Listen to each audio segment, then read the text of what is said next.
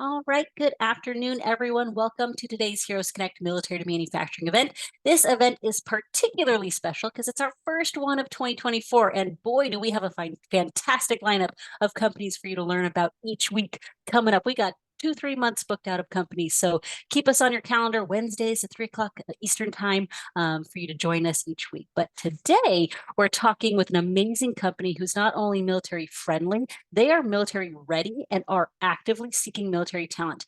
Manufacturing can be this big unknown industry in terms of how you in particular may fit. So events like this were designed to help the broader military community better understand and get to know our industry and really the different types of positions and companies that are out there so that you can best search as you're looking for post-employment or post-military employment. But let me also introduce myself. I don't want to forget to do that because I'll be moderating today's event.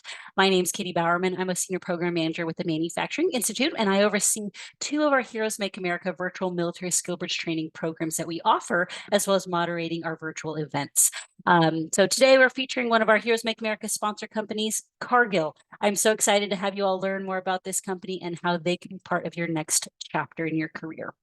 Before I introduce our first speaker, I want to cover some general guidelines just to make sure that we're good to go. First of all, the event is being recorded because we're going to send it out as part of a recap email. So please be sure to stay muted throughout the presentation to minimize any background noise. But I do encourage you, even though you're muted, to stay as an active participant. Feel free to utilize the chat box during the presentation. So drop any questions that you have. At the end of the presentation, we'll do a Q&A session and where I'll go through the chat and read off your questions to our presenters. But really, this is your opportunity to join in the discussion and learn from these industry leaders who you normally may not have access to. So let's go ahead and practice the chat box. So for those of you who are on the call now, go ahead and open the chat.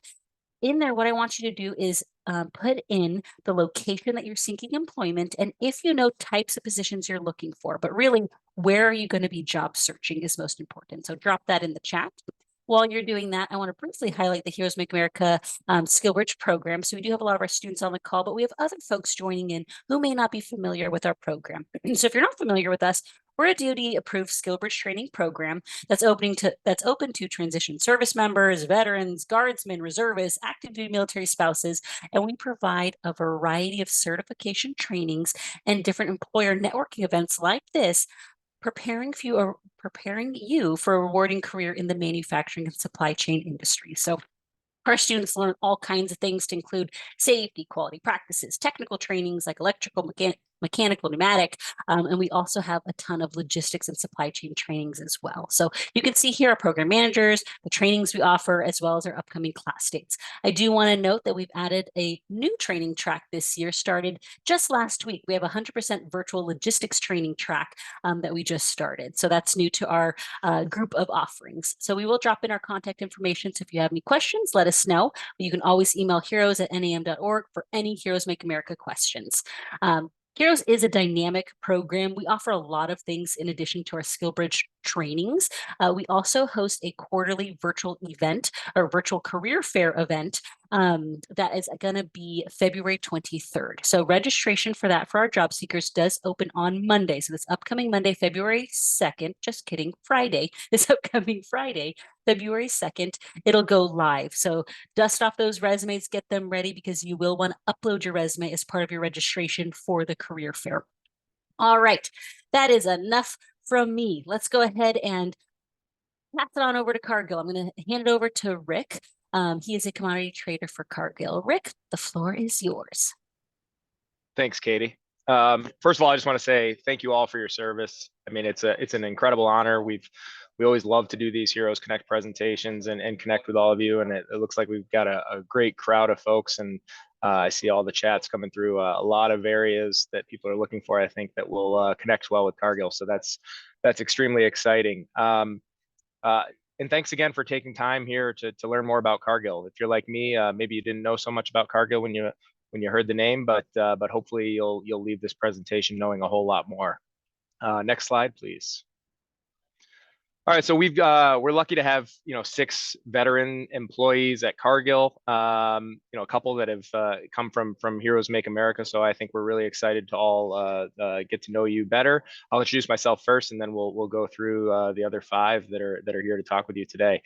So yes, my name is Rick Knightley. I am a commodity trader with Cargill. I've been with Cargill a little over 13 years now. I am located in our Minneapolis office. I think I saw at least one person say they were looking for employment in the greater Twin Cities area. So that's where my family and I are located today. I'm working out of our global headquarters there. Um, Prior to Cargill, I was in the U.S. Army for 4 years as a field artillery officer, stationed out of Fort Bragg when I was home, and then had a couple deployments as well. And I could tell from all the Fayetteville, North Carolina interest, we probably have a number of Fort Bragg veterans as well. So thanks for being here, and I'll pass it on to Mark. Yep. Thanks, Rick. And, I'd like to echo Rick's comments on thanks everybody for your service and dedication, and thanks to your families, because I know that's also a pretty big sacrifice that they have to go through as well. I'm Mark McQuaid. I'm the edible oils reliability and maintenance leader for North America. So I work out of Gainesville, Georgia. Retired from the Navy in 2010 after 20 years in the nuclear field. Held various roles within Cargill, but looking, just like Rick said, looking at where folks are looking to work, we have several locations across the United States that can accommodate a lot of those areas that you guys are calling out. And look forward to touching base with folks and kind of letting you know what Cargill can provide. And I'll hand it over to Sean.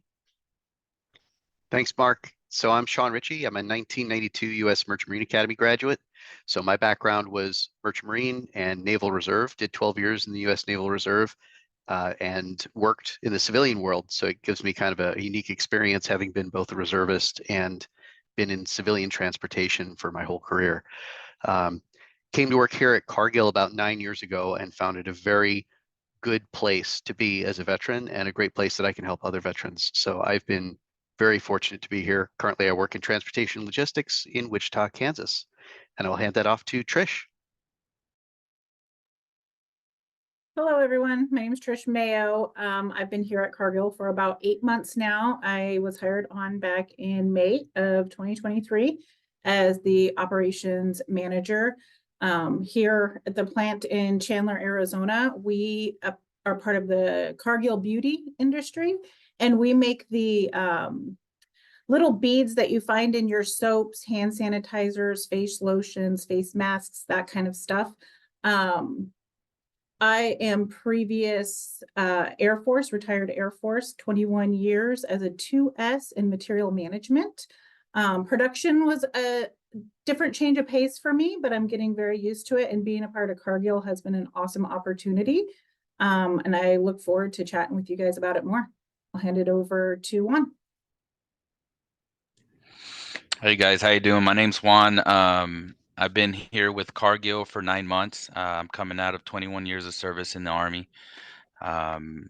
Cargill Protein cooked meats is where I'm at right now. So you might see these products in Costco, the pot roast prepped, ready to 3 minutes in and you're ready to eat. So that's essentially what we do here. Everything's ready to eat coming out of the facility. And we're located here in Round Rock, Texas. I myself am a Heroes Make America grad in April 23, and I literally started the day after. So I've been going at it for, like I said, 9 months, and it's been great. And I will say, this Heroes Make America program is amazing, but it's all what you make of it. It's about what you're willing to do and the effort that you're willing to put into it, and how proactive you are willing to be to get to that next level. So I know from the people in my class, there's only a couple of us that had that successful transition. But like I said, it goes down to how proactive you are. If you wait until you graduate your course, you're already too late. You got to start right now. But other than that, it's been great. I'll tell you my experience so far, the reception and integration into the company has been amazing.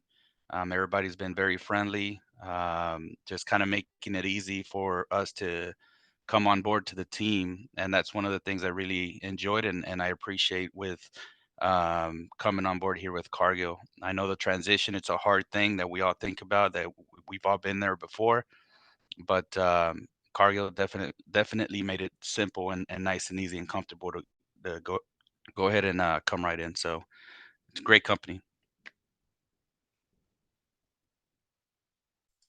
All right, thanks, Juan.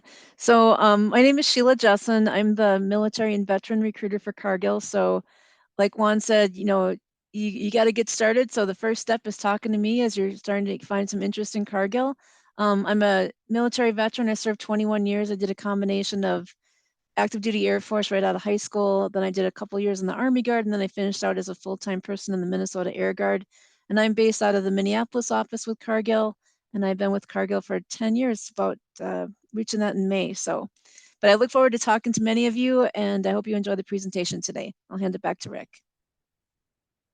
Thanks, Sheila. If I can't emphasize it enough, if there's one thing, only one thing you take away from this presentation, it is get Sheila's contact information and reach out to Sheila, all right, to learn more. I hope you get a lot more out of this presentation, but please don't miss that, all right? That is A1 priority for all of you. And thanks everybody for introducing yourselves. As you can see, we've got some great stories around for just from a handful of employees on the different things we're doing. I mean, making ingredients for beauty and then cooked meats, right? I mean, of course, those go together, right? So actually, if we could go to the next slide, there's a short video here that hopefully gives you a bit more color for some of the things that Cargill's into, and then we'll continue from there.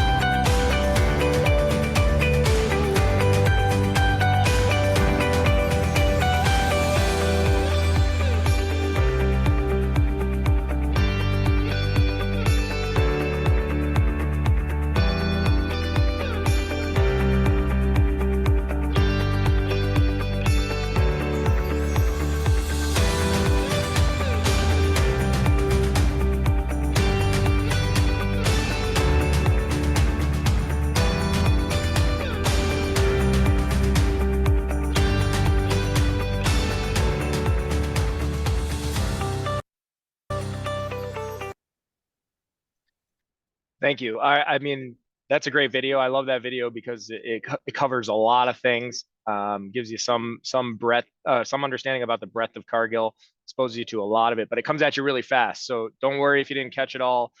We will get into some more of that in some later slides in the presentation. But for now, I'm gonna hand it to Trish to cover the next couple of slides. Trish? Yep, absolutely. Thank you.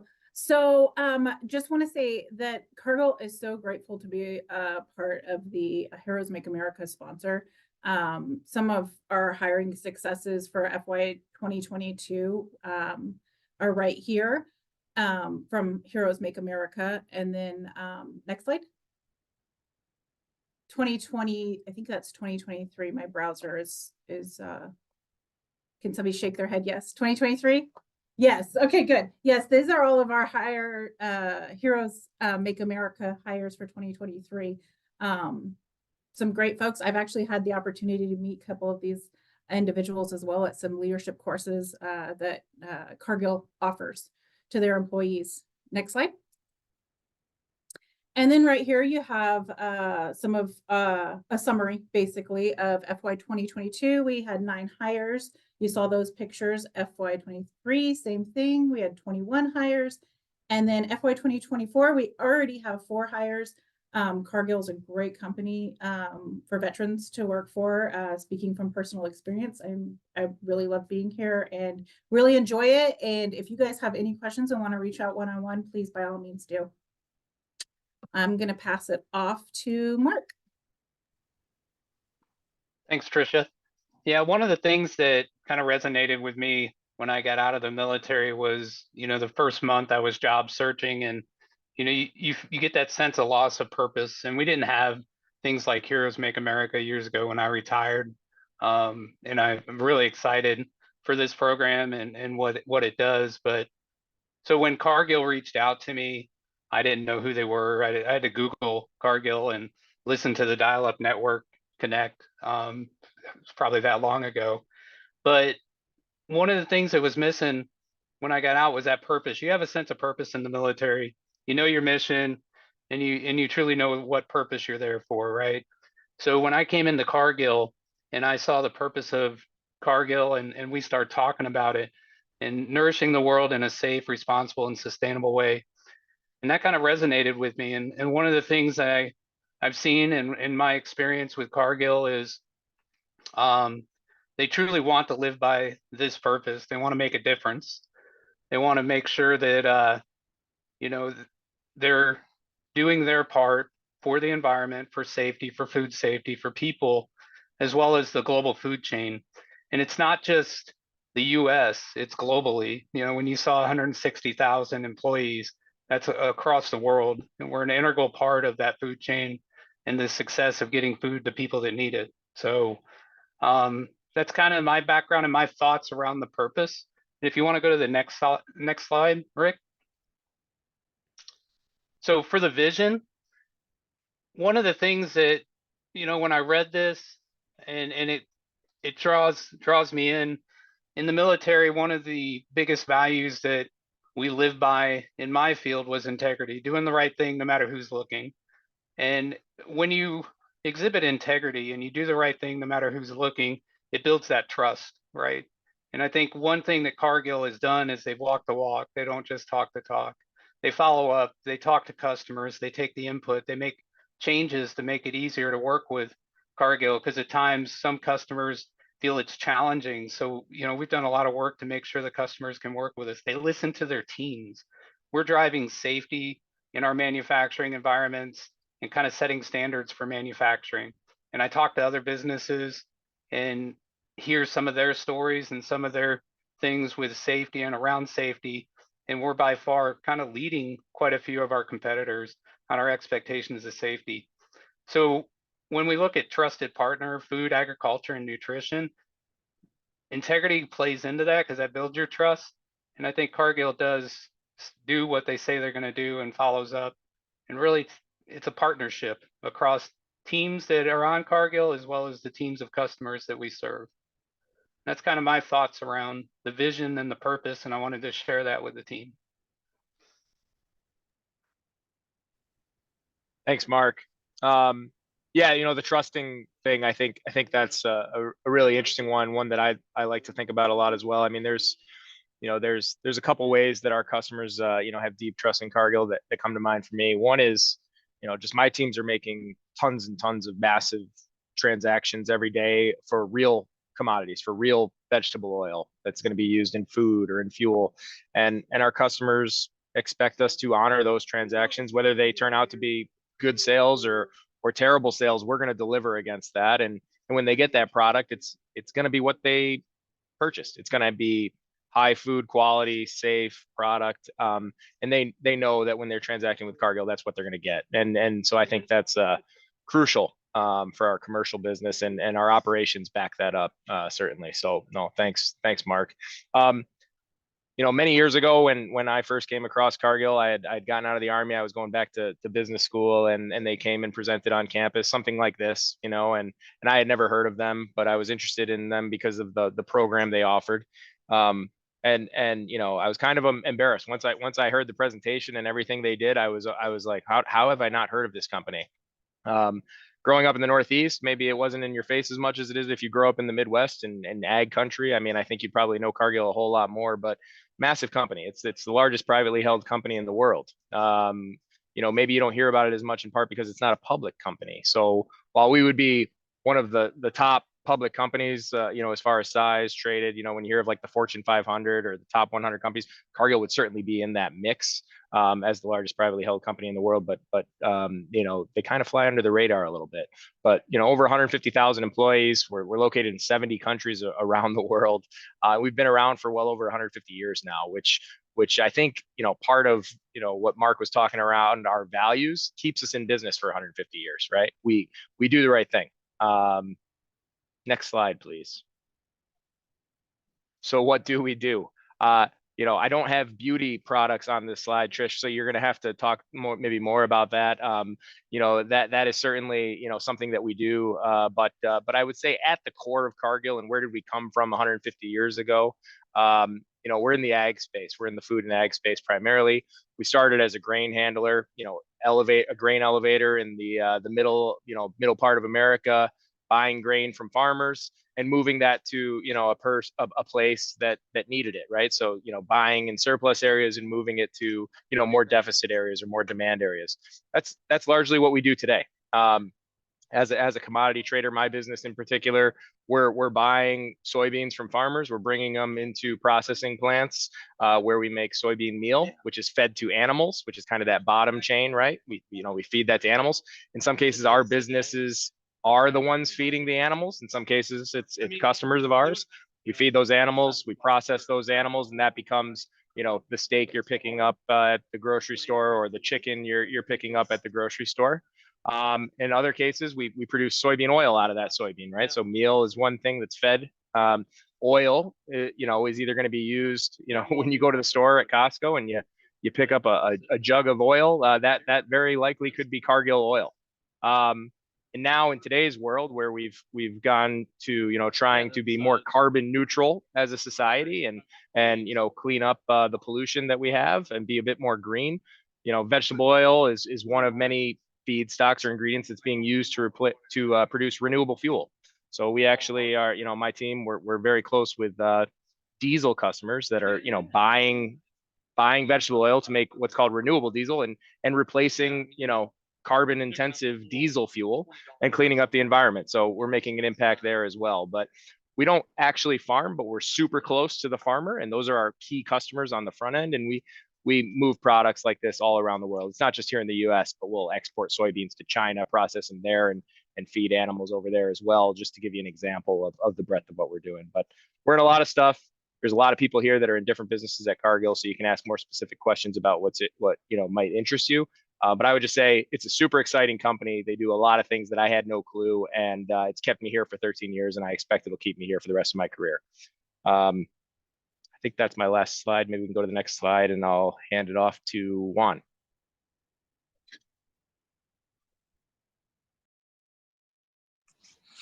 There we go. I had to unmute it. Hey, so you know, one of the things that really drew me to this company is their values. You know, in the military, whether it be Army, Navy, Marines, it doesn't matter. We have a set of core values.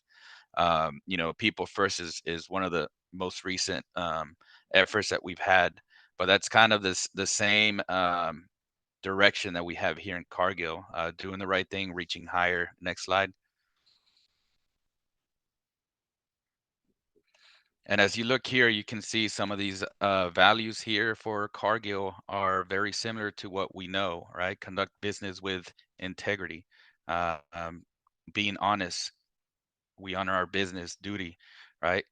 Treating people with dignity and respect. All these things is something that we have, you know, as for me, I did 21 years in the service. So that for the past 21 years, I had core values, and trying to find an organization, a company that had some type of similar aspect to what I'm familiar with, what I know works, was important for me. And Cargill had that. So that was one of the primary factors that helped lead me into this direction. And I'll tell you, it's one of the best decisions ever. I really enjoy it here. It brought a lot of personal and professional growth. I've learned a lot since I've been here, and it is there's more ahead. There's more opportunities, and there's nothing but great things that I can say uh, about this company. So definitely keep that in mind. With that said, I'll pass that over to Sean. Man, I definitely agree with that very strongly. Right, coming to Cargill was one of the best decisions I've made. And I've been here for 9 years now, and I've never looked back. And I came from another good company too. So, no skin off their nose, but what Cargill has in their veteran military service network was actually part of what drove me to come here. We have a group that is a veteran military support network. We are closely connected. We stay connected. Back when there was the urgent evacuation of Afghanistan a couple of years ago in Kabul, a lot of our folks were pretty torn up about that, me being one of them. It became very personal to us. We hosted calls with our veteran military service network to support each other.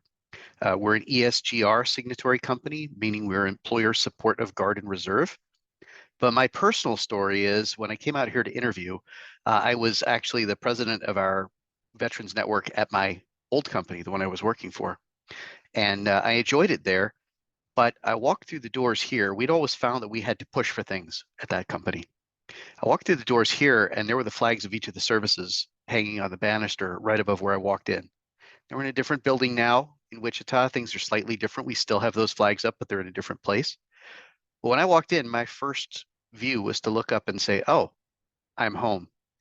And the way I was treated through the interviewing process, what I found from the different people that I talked to in the company was exactly what Juan was talking about. It was a company with values and a company that was going to support their veterans. So our veteran military support network spans veterans, veteran spouses, friends, neighbors, parents, sons and daughters. If you are in this group, you have a friend somewhere in the company, and that's a pretty cool thing. Next slide. So our commitment, right? We have the Veteran Military Support Network. This has been around for a while, May 2014. We have a strategy. That strategy is we are developing veteran talent. We are working on veteran hiring. We are supporting each other. We are there, and we have events that are a lot of fun too. We have a dedicated military recruiter, and guess what? She's on this call. I have worked with Sheila now for 2 years, I want to say, Sheila, and I can tell you, other than the person seeking the job, there's no better advocate you're going to find. She has been so helpful to so many, and you saw the successes on the other screen of how many people we've hired through Heroes Make America and other similar programs getting people into this company. We are outstanding in our support for Guard and Reserve. So that is being ESGR compliant means we have to fulfill a series of categories above and beyond what's required. That's a big deal. There are a lot of good companies that are in that. We are definitely showing up. Yellow ribbon companies, so that is, we do additional deployment pay. So people are compensated, I believe it's up to the salary that they were making before they go on deployment. So if they make more here and get deployed, we're going to make that match. Recognition. So August 2017, we got the Department of Defense Freedom Award that was related to ESGR. We are a U.S. Navy Reserve Premier Employer in June 2019. The 7 SEALs Award for the Department of Defense to our CEO, Dave McLennan, that he is no longer our CEO. We have another CEO now who is also just as supportive. I've personally talked to him on veteran issues, and he actually listens to me. You can go in and talk to him. It's amazing. ESGR, so we have Extraordinary Employer Support Award in 2020. Disabled American Veterans Large Employer of the Year 2020. Yes, it stops in 2020, right? It doesn't though. Our commitment to veterans goes on and continues, right? The awards maybe aren't listed here, but we have events every year to support veterans. Our most recent one here was a cornhole tournament that we did in the Wichita site. It raised $1,500 to partner with the local VA and support veterans at a veterans home. The year before that, it was supporting a dog training for veterans. It's pretty cool to see. So I'm very grateful that I made the move. And I think I hand it off to Trish at this point, right? Nope, it's Sheila. But Oh, thanks, sorry, Sean. Sheila. Nope, that's okay. Hello, everybody. Again, I'm Sheila Justin. I'm the military and veteran recruiter. So I'm just going to talk about some of the career opportunities that you can find at Cargill as we're winding down our presentation here today. And you can see this little slide here, you'll see a lot of different job families. So whether you're looking for IT or cyber or something in logistics or something in plant operations, we probably have it. And so best way to find out is to contact me and let's have an intro call and learn more. So go ahead and hit next slide. And I wanted to share 2 training opportunities. So these are kind of new. They've been around for about maybe a year and a half, going on 2 years now. But these used to be designed for college graduates. And during the pandemic, we decided to change it and offer this to E4s and above. So these are training programs for operations management associates, training you to be an operations manager. And, you know, Trisha and Juan made it right in to be a production supervisor right off the top because they'd had 20 plus years in the military. But some of you might be E4s or E5s and you're like, maybe I'm not quite ready to step into that role. This is going to be a fast track to get you there. It's about a 6 to 12 month, or this one says 12 to 18 month training program. You'll go to one of our sites, and the site list here for this grain one is rather short. It was longer earlier in the year, but it's gotten shorter during the school year now, so it's a little bit shorter. But you'll go to a facility to train. Once you complete the training and you're ready to take on the role as a production supervisor, then you'll go to a second site, and that will be like your permanent duty station until you decide to move someplace else. So it's a 2-step move process.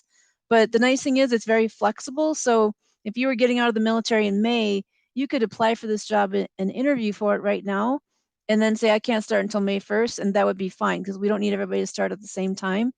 So it's I like that for military because you all have different times that you're getting out, and this program is very flexible around that. Yeah, and so that's the first one. Let's go to the second one. And the grain one, by the way, is more about grain elevators, running a grain elevator. This one is the protein. So this is a lot of protein plants. Juan's plant there in Round Rock is a protein plant. And so protein includes a lot of different things, everything from egg processing to poultry to cooked meats like they're doing in Round Rock to actually harvest facilities. And this one, again, is the same program. It's a 2-phase program, training and then permanent placement. Some of the folks that have been military who've gone through this program have gotten through the training in like 6 months. And I'm like, I totally expected that because we military people, we learn quickly. We master stuff fast. So as soon as you're ready to finish the training, you can move on to the next site. And this list is a little bit longer, but the actual placement list will be much longer. There'll be many more plants, even including places like Virginia and Georgia and Minnesota, all kinds of different places. So protein is kind of all over the country. Okay, next slide. And then this is just my contact information. So you can reach out to me via email. It's Sheila_Justin@Cargill.com. Or you can click on that scheduling link we've been putting in the chat this afternoon. You can click on that link. It will take you directly to my calendar. You can pick a date and time when you want to meet, and it'll be on my calendar. And then as you're preparing for that first meeting with me, you know, first of all, get it scheduled. And pick a time when you're going to be able to sit down, take notes, be in front of a computer so we can look at the website together. Just be prepared for that meeting. And then also feel free to look at the job openings and have some ideas of what you want to talk about so we can see what opportunities are interesting to you. So that's we'll go to the next slide. That's the end of our formal presentation. And now let's go to the next slide and we're going to do our Q&A panel. I have a question. Sure. Who had a question right off the bat? Me, Michael. So I talked to Sheila. I already did the interview, and I was just gonna let you all know, like, she was super helpful, walked me through the whole website, showed me positions that I didn't even know that I was gonna be qualified for, but I was like, I met the minimum requirements and I could like train in with. But my question is, I want to do the operations manager training program in May because that's when I start my terminal leave. How do I do that?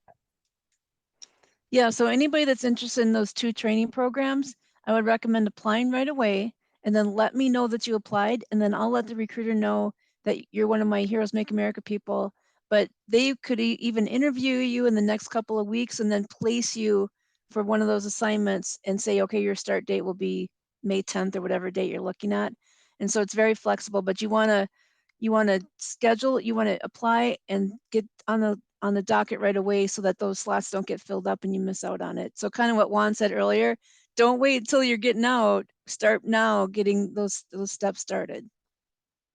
Thanks. Okay, And I'll do thank you for that, your kind and I'll words, reach out to Michael, you. too. I appreciate that. Yeah, no problem. Thank you. Yep.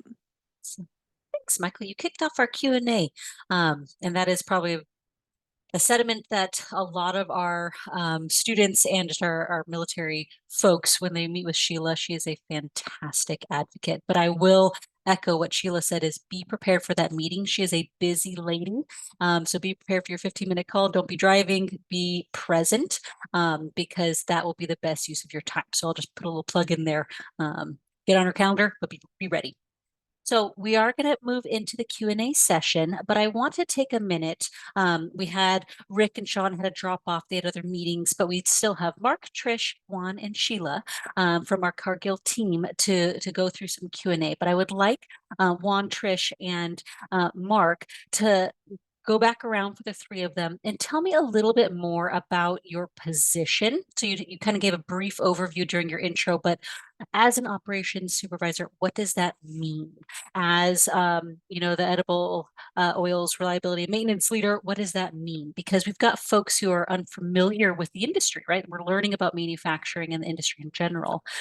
So from a roles and responsibilities, what kind of things do you do? So start that off. Mark, do you mind kicking us off and telling us a little bit more about your actual position? Yeah, sure. So like I had talked about, I'm the edible oils reliability and maintenance leader. And basically what that is I provide oversight and help teams remove barriers on the site level for all of our vegetable oil packaging plants, as well as our vegetable oil refineries, with the maintenance and reliability leaders or the maintenance managers at each site report to me, and we work together to make sure that when we want oil, it's being made and it's going out the door the way it should to the customers. So previously in Cargill, I started as the maintenance and reliability leader at our Sydney, Ohio plant, where we had packaging, refinery, vegetable oil refinery, as well as a crush plant. And I worked closely with operations and kind of led the maintenance department there in Sydney for 7 years. And that's what I started in Cargill as. And then after that role, I moved into the operations leader for the Gainesville vegetable oil refinery. So I got into operations. So, as you ask your questions, I can help you out with, some of the answers. In my operations role, I was in charge, I kind of led a team on processing crude oil from the soybean crush plant and making that oil that you find in that bottle on the shelf at Cargill, or that they're frying McDonald's French fries in. We send it off in bulk trucks. But I gained a lot of experience in supply chain and commercial, because you had to have a good understanding of those impacts, especially when you're processing oil and you want to meet that customer demand. And then around safety, one of my I would say my most important value is safety, and that everybody goes home the same way they come to work. So I've been part of a lot of safety committees, safety teams, initiatives to really improve our safety across our network. So a lot of those things is what feeds into my day to day and what I do today. And I hope that helps explain. That does, Mark. And I will say safety, our military folks, Yes. safety. So yes. this is a good transferable skill as we're looking at going into the new career. But safety, like Mark said, crucial, making sure everyone comes home the way that they got there. So love it. Thank you, Mark. We're going to pass it on over to Trish. You want to talk about your position? And I know you mentioned a little bit about the products being made and the uniqueness of your location. Yeah, of course. So, like I said earlier, Chandler, Arizona, part of the beauty part of the Cargill, or part of Cargill's beauty industry. And we make the little beads that you find in your hand sanitizer, face lotions, face soaps, stuff like that. We have a team here of 13 people that I lead, and 13 operators and supervisors that I lead altogether. They run 4 10s Monday through Thursday. And we have, for one of the sections, there's 2 sections. We have 2 shifts. We have a first shift, second shift. So we close down the plant at midnight, and then the other department, there's 4 people in that department, and they just work Monday through Thursday, 4/10s. We, like I said, we provide for the beauty part of the industry. Cargill just recently actually acquired the plant that I'm working in now. It was previously called Floratech. They acquired it in or around 2018, 2019. And so they're still kind of a baby with Cargill as well. And it was a smooth transition for me in regards to being able to kind of come on board with them and learn the Cargill way, and also learn the old company's way, and kind of merge those processes and stuff together, and you know, come up with the best plan going forward. That's all I got. So thanks, Trish. And that was helpful for your size of how many you supervise, to give some folks some ideas of size of companies. It could be a 13, it could be much bigger, it could be smaller, it just depends on the size of the plant that you're working at. So I appreciate you talking about that. And then the shift work, we can get back to that. That's going to be a variety of options depending on the plant as well. But that might be a question that comes up. So I'll pause there. Juan, you want to talk about your role and your plant a little bit more? Sure. So, like I said, I'm here in the Round Rock, Texas area. We got the proteins, ready to eat food. So there's different departments that support here our entire process. We get the meats, we prepare them, we cook them, and then we do the final production, which is where we package them and they get palletized and loaded into the trailer and get shipped off. But as far as operations and what we do, there's a lot of the stuff that we do here. You'd be surprised. It mirrors the type of environment that you are exposed to and that we've been doing for the last however many years you've been in the service. Right? We're talking about finding gaps, being more efficient, continuous improvement. You're dealing with achieving the mission on time. And for us, look, achieving the mission looks a little bit more different, right? Than it did in the service. We're talking about production pounds and minimizing the amount of product loss that happens through the process, and optimizing or maximizing the amount of yield that we get out of the product that we process here through the plant. So, and human issues, they're there. It happens. You'll still see it here. Like I said, you just deal with it a little bit differently. In the service, I think we might be used to dealing with a little bit more direct. There's different ways doing that when you step out and take the uniform off. But everything, all those things that you have experienced and gone through in your service, whether it be a 4-year term or a 21, 22-year term, you're gonna see them. They're out there. The good thing is you've already dealt with them. You know how to respond to these, so you have the experience. You might not have all of the hard skills that it's exactly required, right? But the soft skills is also very valuable. So don't rule yourself out when you start looking through the application process. Oh, I don't have this or I don't have that, and don't apply, right? You got to look at it from a different perspective, a different angle, because you might actually have what they're looking for. You just got to look at it with a more clear mind. But the soft skills that you all possess, everybody in this chat, is extremely important and valuable. So just be prepared for that. And like I mentioned earlier, if you haven't already started applying, you're already too late. You have to do it right away. I think from the first application that I submitted, it took about like 45 days before I even heard anything back. And then I was already, I had already accepted an offer with Cargill, and about 2 months in to Cargill, I received an interview confirmation from one that I sent forever ago, right? So it takes time. So um, the thing I'll let you know as well is if you communicate with the employer when you're going through this process, they might give you an opportunity if you're not quite ready at the time for your ETS or your terminal date when you transition. If you let them know, they'll wait. You know, my employer here, they waited for me for 45 days before I actually um, started.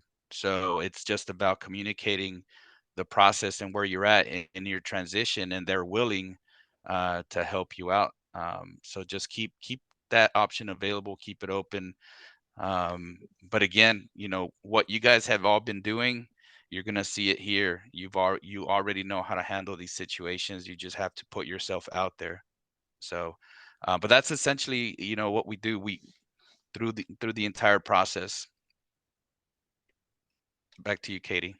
Thanks, And Juan. I then really appreciate. Oh, Mark, do you have something to add? if I could add to something Juan called out, you know, the soft skills are very important, but one of the things I learned the hard way, and back when I started, we didn't have a lot of mentorship programs and coaching and stuff like that. So I had to really make that transition of leadership style on my own and had to learn um, the why, right? And I call it the why because in the military, you have orders, you have a mission, you're going to follow orders, and you don't get a lot of whys. Why are we doing that, right? When you get into the civilian world, no matter where you work, the why becomes part of your day to day.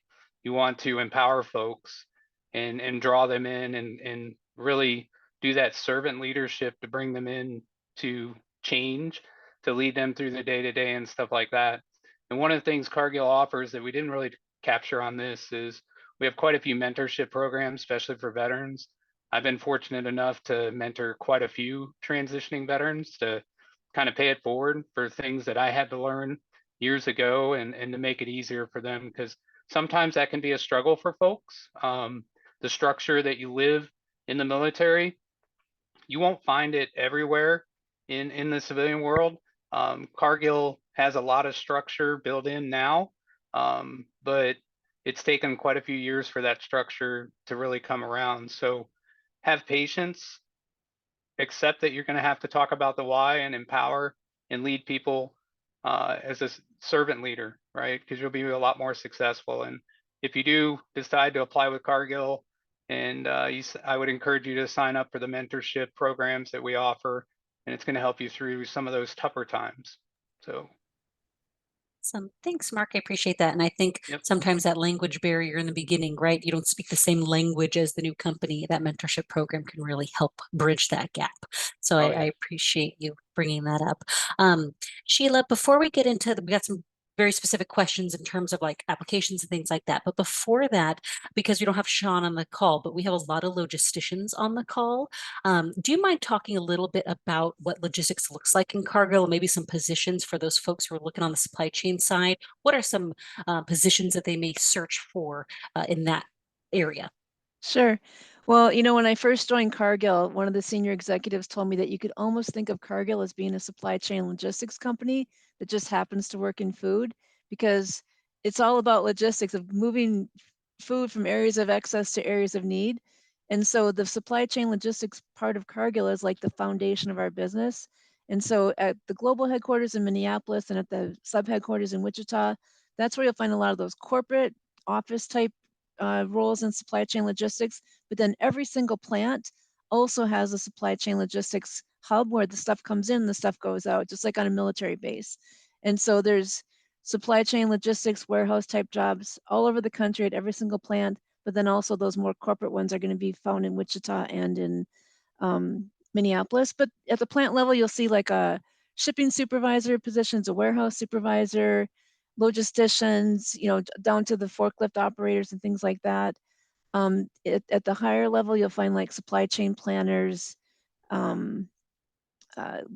people that deal with the freight contractors and the shipping contractors, things like that. I think that's what Sean does is in Wichita, he works with the shipping contractors. Perfect. Thank you. That's very helpful because we have a lot of folks who are looking on that side, and I just want them to realize there's a major ton of part in the opportunities. Yeah. yes, lots of Thank you. opportunities. Yeah, so we had some specific questions in the chat, and I want to just make sure that we talk about them in case someone isn't looking at the chat. So one, are the training opportunities, the management associate positions available for military spouses? Yes and no. So the training positions, you have to either have a college degree or you're going through a college degree, or if you're an E4 and above. But if you're a spouse and you have some leadership experience already or have a degree or working on a degree, they could be eligible for that. So they have to look at the minimum requirements, make sure they fit into one of those. Yeah. Perfect. Can you choose the location, and can you do the training and permanent placement at the same location?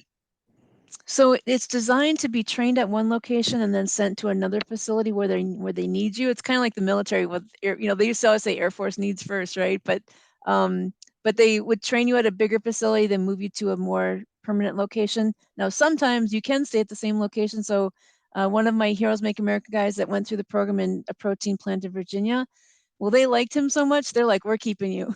So, and he had told them up front he wanted to stay in Virginia, so they were kind of already thinking that way. So it did work out for him. So it is possible, but I can't guarantee it. But they do make it easy. So because these are set up for college students, they pay for that person to move to the first location and pay for them to move to the second location. So they make it as easy as possible. I know some folks may be thinking that, like, oh, relocate. They pay for it. In the civilian world, if they're relocating they're going to pay for it. Yes. Yep. Perfect. Along those same lines of benefits, right? Because a relocation package might be something as part of moving from this initial position to the next, but other benefits that Cargill might offer. Someone had asked about like PTO, so paid time off, vacation, things like that. Can you just speak generally to some benefits that Cargill offers? Sure. So as far as PTO, and civilians call it paid time off, we do get the minimum is 3 weeks per year. Plus we get all the federal holidays, or I shouldn't say all of them. We get most of the federal holidays, and then you get 2 floating holidays. So for example, at Cargill, we don't get Veterans Day off. So when I came to work, I'm like, what? No Veterans Day, but we get a floating holiday. So you can use that floating holiday to take any other day of the year off that you want, including Veterans Day or whatever day you want. But that's nice to have that flexibility. But I've been really happy with the benefits. So some of the other things that we offer is a 401k with the company match. And the way that works is if you put in 5% of your salary, you get a 4% match. That match starts the day that you join. When I first came here 10 years ago, you had to wait a year before you get the match, but now they changed it, made it easier, so you get it right away. And then we also have an employee pension plan. So it's a pension account. So every year Cargill puts money into that account based on your age and how many years of service you have at Cargill. And that's none of your money. That's just Cargill money. And that's just getting invested and growing too. So by the time you hit retirement, you'll have this other pot of money that you didn't put any money into, but they've put it in there for you. So a lot of companies did away with pensions. They just did a 401k and said that's it. But we actually have this additional benefit, which is really nice. And that's anything else, wonderful. Mark, that you want to add about the benefits that you like? Or Trish or Juan? Yeah, I think when you say 3 weeks off, unlike the military, if you take leave and you're away from the command, they count the weekends as a day off or part of your leave.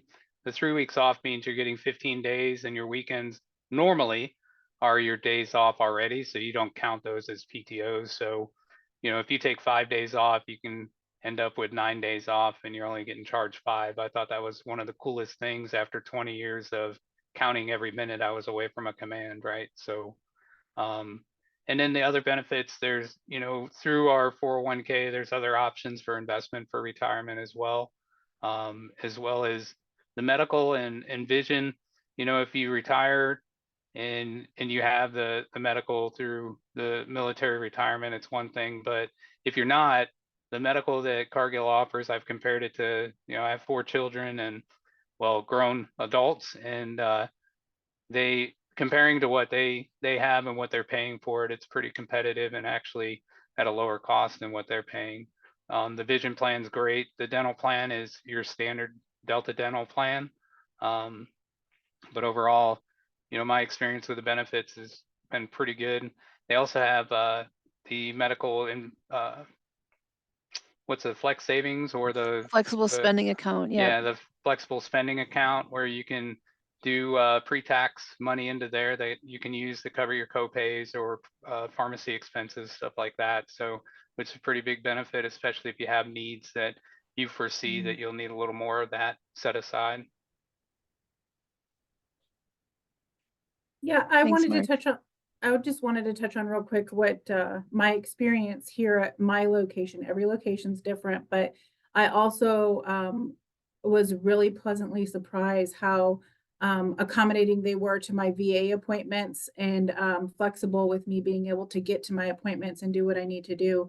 That was also something that I didn't expect, because I've heard a lot of in the civilian world, you know, they don't understand, they don't know what you have to do after you retire or separate from the military in regards to your health. And Cargill and my plant specifically has been very accommodating to me and helpful whenever that stuff arises. Yeah, and I can tell you, you know, when I first started with Cargill, I was a single parent, and they really helped me out, because there's times where, you know, they can't go to school and I had to work from home. But where we are today compared to then, we've grown even more. They have flexible work schedule plans for people that, you know, maybe a life event happens and it changes to where we need to kind of look at your work schedule and help you out. And Cargill does a lot to make sure they retain talent by giving options to, you know, help them out, especially when their family needs change and stuff like that. So I've seen a lot of success there, a lot of great things come out of that over the years with Cargill. And it goes back to we do what we do what we say we're going to do, right? And having that integrity that they will follow through. They don't just talk about it, but I've lived and been part of discussions to help employees and get them on the right track. So they've grown a lot, and they continue to grow in that part. Awesome. Thanks, Mark. I've heard that from a lot of folks at Cargill. It's not just a churn and burn company. It's we get you, we retain you. We want you to be part of this company. And that's a lot of the feedback I get from employees from Cargill. So let that sink in. I have a lot of my students who are looking for work-life balance and a company that respects that. So I see some heads nodding from the team, but that time off, being able to take it, things like that are important post-military, especially if you live that crazy deployment life cycle and PCS life cycle. Let's see. I have another question. Let's see, it's 2:58. So we've got a few minutes. We'll do the last question and then we'll do some final remarks. So what kind of challenges is Cargill currently facing, and how do they plan on finding solutions? Very broad question, but anyone want to take a stab at that?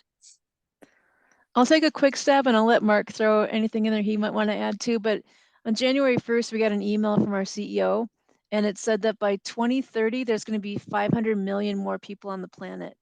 So we're really working on food security, trying to feed the world. And how are we going to feed 500 million more people in just 6 years? So that's a big problem and that's a big challenge. But I think I love the fact that Cargill, it's a noble responsibility that we're taking that on and trying to like use our R&D and our scientists and our expertise in global farming and food to like help make that happen. And by 2050, there's going to be 9 billion people on the planet. Right now, the planet doesn't have the capacity to feed 9 billion people. So we're working towards those goals right now every day. And it just makes me feel good that my energy is going into a company that's trying to make sure that there's going to be enough food for all of us when those times come. Anything else that you would add on there, Mark? I think the only additional is, you know, the market changes that we're seeing across, you know, the world and global, regardless of what manufacturing company you're with. If you look at, you know, when the pandemic started, a lot of people built their pantries, they built up inventory and stock. If you think back to all the news articles on toilet paper shortage, right? And everybody said that'll never happen to me again. Well, what we're finding now is a lot of folks are starting to use what they put up in the pantries, so they're not going to market as much. So you're seeing some volumes drop off when it comes to some of the food products, but business performance wise, we're still staying strong. There's a lot of things in the hopper for the future when it comes to Cargill food solutions for my business, as well as the crush and the soybean crush business. And I know the protein is doing a lot of work to kind of recover some of the demand that, you know, has kind of dropped off a little bit, right? So but overall, the one thing that you can be sure of, I've been through Cargill. I came in right after the 08 recession. I was here when we took another dip since I've been here in 13 years. But when you get in with a company like Cargill, they have so many different branches of their business that if one is struggling, the other ones make up for it. And you're in the food industry, so no matter what happens in the world, people need to eat, right? So one of the things that I valued in the military was job security, and Cargill is probably one of the best job securities I've seen out there because of that flexibility they have in their business model, as well as the you know, being in the food industry, right? So just something to keep in mind. Thank you both for that input. We are right at the hour, so I don't want to keep everyone over too much. Any quick final remarks from Team Cargill before we wrap it up? Contact Sheila. It was the best thing I ever did. She is such a great asset. She's on your side. We hope to see you at Cargill. Thank you, Trisha. And I just want to thank everybody for joining us today and learning more about Cargill. And I look forward to talking to you all soon. Awesome. Well, thank you all for being here today from our Team Cargill, from all of our participants today. Some last steps, poll popped up, so if you can quickly take that before you head out. Other than that, explore Cargill's website, connect with folks on LinkedIn, put a calendar invite on Sheila's calendar, talk with her, but be prepared for that meeting. Make sure you're prepared and ready for it. Connect with the Heroes Make America team, and then join us for our next event. So next week we have Amazon joining us and to talk more about their business. Thank you, Katie. Thank you all for being Thanks, here. everybody. Appreciate you. Amazon, right? Thank you guys. Good luck. Thanks, Katie. Yep, thanks. Bye.